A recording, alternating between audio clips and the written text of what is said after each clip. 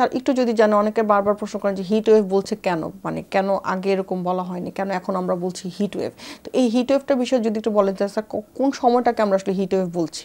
হ্যাঁ, আমরা বাংলাদেশের মানুষরা প্রাকৃতিক দুর্গতি নিয়ে ঘেরাও হয়ে আছি। তাপদাহ, দাবদাহ, কখনো কখনো শৈত্যপ্রবাহ, এর সাথে অনেক সময় অধিকতর পানির প্রবাহ, তার সাথে আছে ভাইরাস, ডেঙ্গু করোনার ভাইরাসের আধিক্য, সব কিছু মিলে তারপরে আমরা ইনশাল্লাহ ভালোই আছি। এখনকার সমস্যা যেটা হচ্ছে সেটা হচ্ছে হিট ওয়েভ। গত মাসখানেক যাবৎ হিট ওয়েভ চলছে আমাদের দেশে। Heat wave by definition heat wave বলা যাবে তখনই যখন লো ল্যান্ডের টেম্পারেচার 40 ডিগ্রি সেন্টিগ্রেড এবং হিলি এলাকার টেম্পারেচার 30 ডিগ্রি সেন্টিগ্রেডের উপরে থাকবে, এবং এটা যদি একসাথে কন্টিনিউ 2 দিন থাকে তখন বলবো হিট ওয়েভ। আর world meteorological organisation WMO definition মতে যদি 5 দিন থেকে থাকে তাহলে আমরা বলবো হিট ওয়েভ। ওয়েভ মানে একটা আপস অ্যান্ড ডাউন থাকবে, কিন্তু আমাদের দেশে তো এখন 1 মাসের মতো চলছে, তো এটা ওয়েভ না হয় পারসিস্টেন্ট কিছু একটা হয়ে যাচ্ছে। 2 দিন বা 5 দিন যেটাই ডেফিনেশন হোক না কেন, কিন্তু পৃথিবীর কথাও দেখা গেছে 1937 সালে দেখা গেছে এক দেশে 101 দিন ছিল সেই হিট ওয়েভ। এই হিট ওয়েভ যখন হয় তখন আমাদের সবাই আমরা খুব অস্বস্তিতে পড়ে থাকি। এই জায়গা থেকে একটু স্যার জেনে নিই যে হিট ওয়েভ যদি হয়, যেটা আমাদের দেশে আগে এরকম ছিল না বাট এখন আছে, এবং অনেক দিন ধরে আপনি বলছিলেন স্যার 2 থেকে 5 দিন হলে আমরা বলি ওয়েভ, কিন্তু আমাদের দেশে অনেক দিন ধরে কিন্তু চলছে। সেক্ষেত্রে আসলে কিন্তু অনেক ধরনের ফিজিক্যাল প্রবলেমগুলো কিন্তু স্যার হচ্ছে বিভিন্ন ধরনের। এইটা যদি একটু বলেন যে শুধুমাত্র হিট ওয়েভ থেকে আসলে কি কি পাওয়া যাচ্ছে আমাদের দেশে? শুধুমাত্র হিট ওয়েভ থেকে আমরা যেগুলো পাবো, হিট ওয়েভ এত ডেঞ্জারাস কেন, আমরা হিট ওয়েভ নিয়ে এত আলোচনা কেন করছি? হিট ওয়েভ হতে পারে মরণ ব্যাধি, মরণ কামড় দিতে পারে, যখন এটা হিট স্ট্রোক বলে।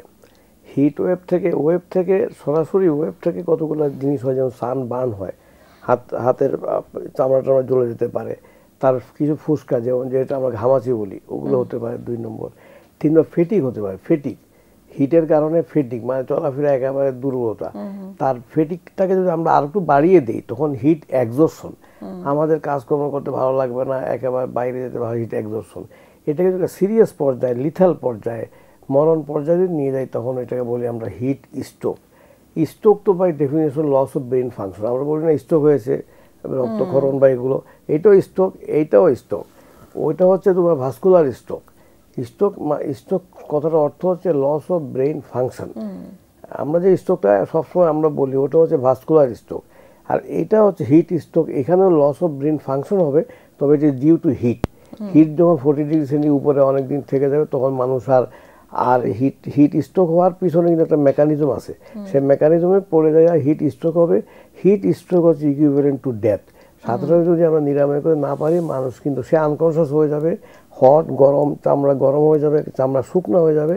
সাথে যদি তাকে এগুলো হয় পথে ঘাটে যখন মানুষ খুব গরমের ভিতর থাকে, সাথে যদি আমরা এটা নিরাময় করতে না পারি, সাথে নিরাময় করা যায়ও না, সুতরাং দেখা যায় যে পেশেন্ট মৃত্যু মুখে পতিত হয়।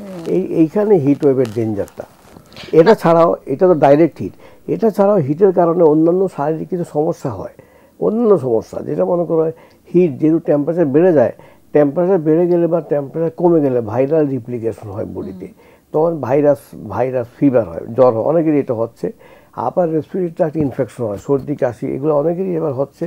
তারপর গ্যাস্ট্রোএন্টেরাইটিস হয়, ওইটাও ভাইরাল এন্টেরাইটিস হতে পারে। এগুলো হচ্ছে অন্যান্য রোগ সমূহ হচ্ছে।